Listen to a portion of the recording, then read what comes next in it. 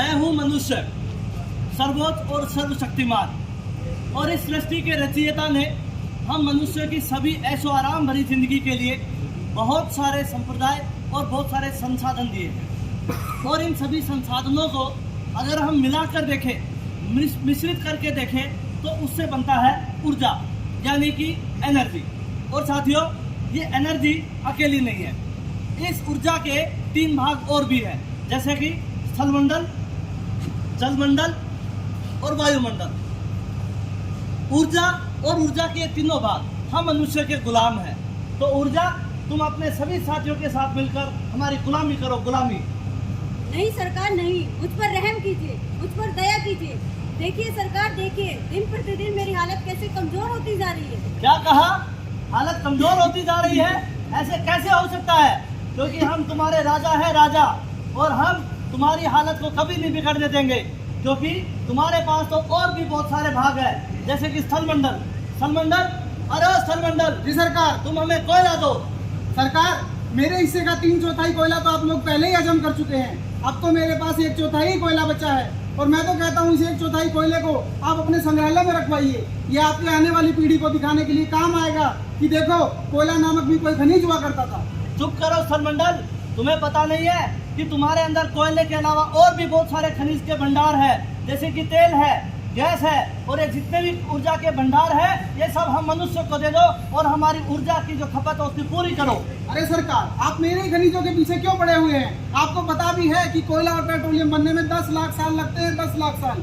आप कोयला और पेट्रोलियम को छोड़कर ऊर्जा के दूसरे रिन्यूएबल रिसोर्सेज के बारे में क्यों नहीं सोचते हैं? अरे ऊर्जा के दूसरे स्रोत, ऊर्जा और दूसरे स्रोत ऊर्जा के और कौन से है भला? सरकार, मिलिए मेरे दूसरे भाग से, जिसका नाम है वायुमंडल। वायुमंडल?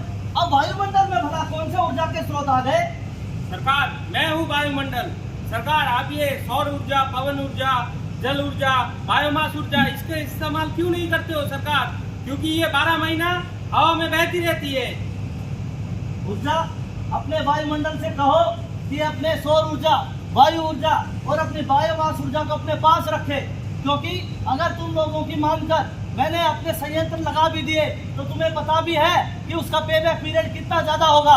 और हम मनुष्य हैं, मनुष्य, हम अपना कदम वही निकालते हैं जहाँ पे हमें मुनाफा दिखाई दे, मुनाफा। समझे तुम लोग? अभी मैं 2 मिनट के लिए कहीं बाहर जा रहा हूँ, इसलिए सब अपने काम पे लग जाओ। तुम और हाँ, तुम सब काम पे लग जाओ। बाबा, ये लोग कितने गैर जिम्मेदार होते जा रहे हैं। मेरे अंदर छिपे खनिजों का इस्तेमाल कितने गैर जिम्मेदारी से कर रहे हैं। अगर ऐसे ही चलता रहा तो एक दिन अंदर से बिल्कुल खोखला हो जाऊंगा। नहीं स्थलमंडल नहीं, मुझे तुम्हारे ऊपर तो गर्व होता है, परेशानी तो मुझे इन मनुष्यों से होती है जो तुम्हारा और मेरा निरंतर दुरुपयोग करते जा रहे हैं। और अगर ऐसा ही चलता रहा तो एक दिन तुम और मैं ही नहीं, हम सब नष्ट हो जाएंगे। नहीं बाबा नहीं, जब तक हम लोग जिंदा है तब तक हम आपको कुछ नहीं होने देंगे। हाँ, कुछ नहीं होने देंगे। अरे चुप करो तुम लोग, बहुत दिनों से मैं तुम लोगों का ये फैमिली ड्रामा सुनता आ रहा हूँ। अभी मैं 2 मिनट के लिए बाहर क्या गया, तुमने फिर से अपना ड्रामा शुरू कर दिया, कुछ नहीं होने देंगे, कुछ नहीं होने देंगे। और मैं आप लोगों को बता दूं कि ऊर्जा को तो हम वैसे भी कुछ नहीं कर सकते, क्योंकि तुम्हें पता भी है कि ऊर्जा संरक्षण का जो सिद्धांत है वो ये बोलता है कि ऊर्जा को ना हम पैदा कर सकते हैं और ना ऊर्जा को हम खत्म कर सकते हैं। जी नहीं सरकार, ये जो ऊर्जा संरक्षण का नियम आपने बताया है, ये नियम अधूरा है। ऊर्जा संरक्षण का नियम ये कहता है कि ना तो ऊर्जा को उत्पन्न किया जा सकता है और ना ही नष्ट किया जा सकता है। ऊर्जा को केवल एक रूप से दूसरे रूप में स्थानांतरण किया जा सकता है। समझे मूर्ख मानव?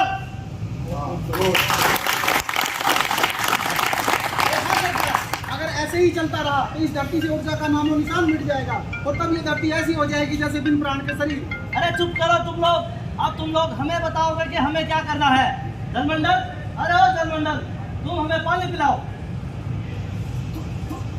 अरे ये क्या हो गया? मैंने तुमसे पानी मांगा था, पानी, और तुमने मुझे एसिड क्यों पिला दिया? तुम्हारी पानी की गुणवत्ता को क्या होता जा रहा है भला? सरकार, ये सब आपके ही कर्मों का नतीजा है। ये आप लोग प्रतिदिन नई नई फैक्ट्रियां, नए नए पावर प्लांट लगाते जा रहे हैं। उससे जो दूषित जल निकलता है, एसिड निकलता है, वो सब मुझे ही झेलना पड़ता है। उससे मेरी गुणवत्ता प्रभावित होती है। सरकार, आपको पता है पहले पीने का पानी कितनी आसानी से मिल जाया करता था, आज वो बोतलों में बंद होकर मिलता है। अगर ऐसे ही चलता रहा तो एक दिन पीने के लिए पानी नहीं बचेगा। सरकार, आपको पता भी है पानी की कितनी आवश्यकता होती है, और आप लोग योकोहामा से क्यों नहीं सीखते हैं, जिन्होंने जेडेल्डी लगाया हुआ है, zero liquid discharge. ETP STP plant लगाया हुआ है जो वेस्ट वाटर को दोबारा रीयूज करने के लिए उसे बागवानी में यूज करते हैं। और उन्होंने पिछले साल सॉफ्टवेयर प्लांट लगाया है जिससे कई हजारों लीटर पानी की बचत होती है। चुप करो तुम लोग पागल हो गए हो। वायुमंडल, अरे हो वायुमंडल, जी सरकार। तुम हमें शुद्ध हवा दो। अरे मैंने तुमसे तो शुद्ध हवा मांगी थी, लेकिन इसके अंदर तो ऑक्सीजन तो है ही नहीं। क्या हो गया तुम्हारी वायु की गुणवत्ता को? सरकार, इसके पीछे भी तो आप मनुष्य ही हो। आप लोग जो दिन प्रतिदिन ये कुछ फैक्ट्रियाँ लगा रहे हो, जो उसमें से कुछ फैक्ट्रियाँ गैर जिम्मेदार तरह से अपना जो दूषित गैस है उसको वायुमंडल में छोड़ रहा है। उसके बाद ये पेट्रोल और डीजल से चलने वाली जो गाड़ियाँ हैं इसका इस्तेमाल भी आप लोग बढ़ाते जा रहे हो। सरकार, ऐसा ही अगर चलता रहे तो मनुष्यों को एक दिन अपने पीछे ऑक्सीजन की सिलेंडर लेके चलना पड़ेगा। सरकार, आप ये तो देखे ही होंगे कि दिल्ली एरिया में सर्दियों के टाइम में वायुमंडल इतना दूषित हो जाती है कि मनुष्यों को सांस की बीमारी और भी बहुत सारा बीमारियों को सामना करना पड़ता है। सरकार, हम लोग योकोहामा से क्यों नहीं सीखते? उसने अपना प्लांट में 1000 किलोवाट की सोलर प्लांट लगाई है जिसने उसकी बहुत सारा ऊर्जा की बचत हुई है। और उसने अपना जो डीजल से चलने वाली जो बॉयलर है उसको पीएनजी में कन्वर्ट कर लिया है, जिसके वजह से ये जो हानिकारक गैस की जो समस्या है इसका भी बहुत हद तक प्रॉब्लम जो है सॉल्व हो गया है। और उसने ऊपर से अपना पैसा और ऊर्जा दोनों बचत किया है। सरकार, ये योकोहामा से क्यों नहीं सीखते हम लोग? अच्छा, सरकार, आप ही लोग हैं जो घरों और ऑफिस से निकलते वक्त बिजली के उपकरणों को बंद करना भूल जाते हैं। आप ही लोग हैं जो पेड़ों को लगातार काटते जा रहे हैं जिससे कार्बन फुटप्रिंट बढ़ता जा रहा है। आप ही लोग हैं जो गर्मियों में एसी कूलर का इस्तेमाल करते हैं और सर्दियों में हीटर का इस्तेमाल करते हैं जिससे ऊर्जा की भारी मात्रा में खपत होती है। आप लोग योकोहामा से क्यों नहीं सीखते हैं जिन्होंने एनर्जी एफिशिएंट इक्विपमेंट्स लगा रखे हैं जैसे एलईडी, टेम्परेचर कंट्रोल डिवाइसेस।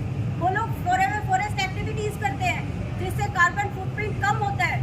वो लोग उन्होंने अपने हीट लॉस को कम करने के लिए चिलर और स्टीम को इंसुलेट किया हुआ है जिससे ऊर्जा की भारी मात्रा में बचत होती है। वो लोग एयर, वाटर, स्टीम लीकेज को आइडेंटिफाई करके तुरंत रेक्टिफाई करते हैं जिससे ऊर्जा की भारी मात्रा में बचत होती है। हम लोग ऐसे एनर्जी के रिसोर्सेज का इस्तेमाल क्यों नहीं करते हैं सरकार? अरे चुप करो तुम लोग। अब तुम लोग हमें बताओगे हम मनुष्य को और हमारी जीवन शैली पर उंगली उठाने वाले तुम लोग कौन हो? तुम लोगों को पता नहीं है कि तुम्हारी यहाँ पे जो उत्पत्ति हुई है वो सिर्फ और सिर्फ इस वजह से हुई है कि तुम मनुष्य की उत्पादकता बढ़ा सको, हमारा मनोरंजन कर सको और हमारी ऊर्जा की जितनी भी डिमांड है उसको पूरा कर सको। और सुनो, अभी जितना भी है ऊर्जा की अभी क्षति हुई है उसको पूरा करने के लिए तुम सब लोग फिर से काम पे लग जाओ।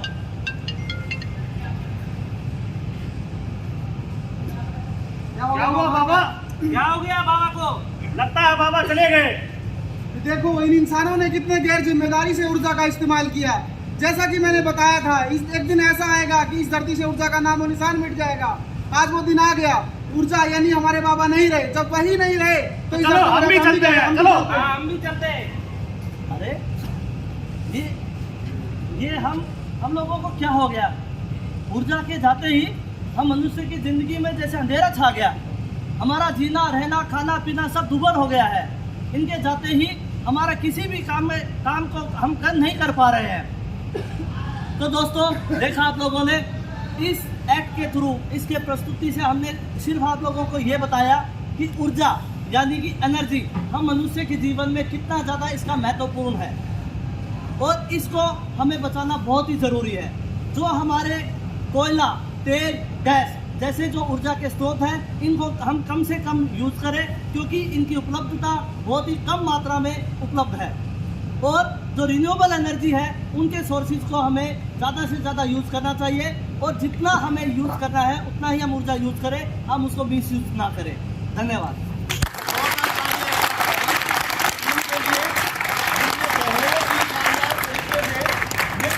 किया है कि अगर हम ऊर्जा और हमारे जो ये नेचुरल रिसोर्सेज है अगर उनको सही से इस्तेमाल नहीं करेंगे तो हमें ऐसी स्थिति का आगे सामना करना पड़ सकता है जो कि हमारे स्वास्थ्य के लिए ठीक नहीं होगी।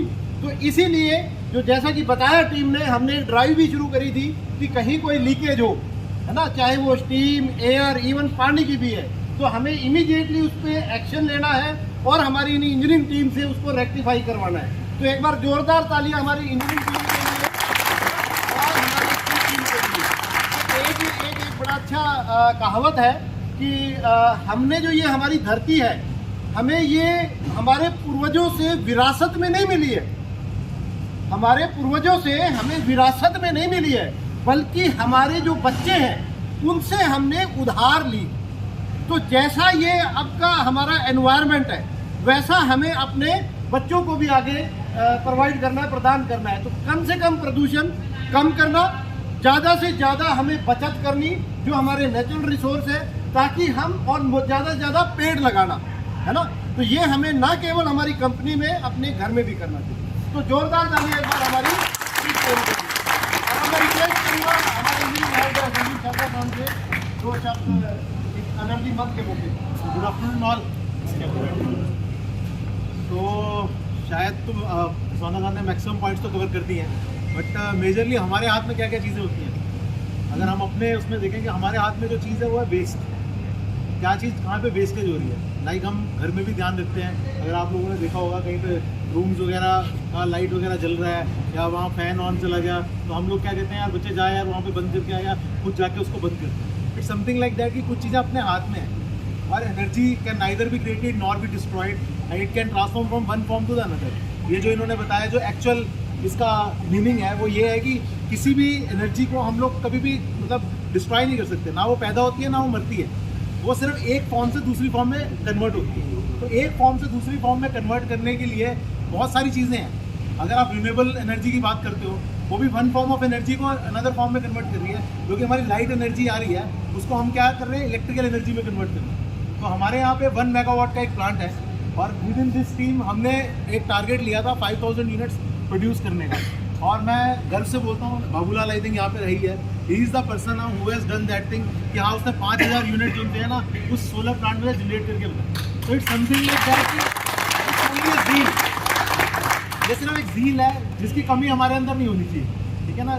झील से हम सब चीज़ें हासिल कर सकते हैं। So please keep it up. और एक अनाउंसमेंट मैं कर देता हूँ, शायद तुम लोगों को मालूम भी चल गया हो कि हम लोगों को स्टेट लेवल पे एनर्जी डेवलपमेंट अथॉरिटी जो SLEDA है, वहाँ से हमें अवार्ड मिलने जा रहा है कल। तो सुविधा जी और मैं दोनों अवार्ड लेने जा रहे हैं चंडीगढ़ में फॉर दैट कि हाँ यार हमने बहुत सारी एनर्जी सेविंग की है। तो उसके लिए जो हरियाणा गवर्नमेंट है वो हमें पुरस्कृत करने जा रही है। तो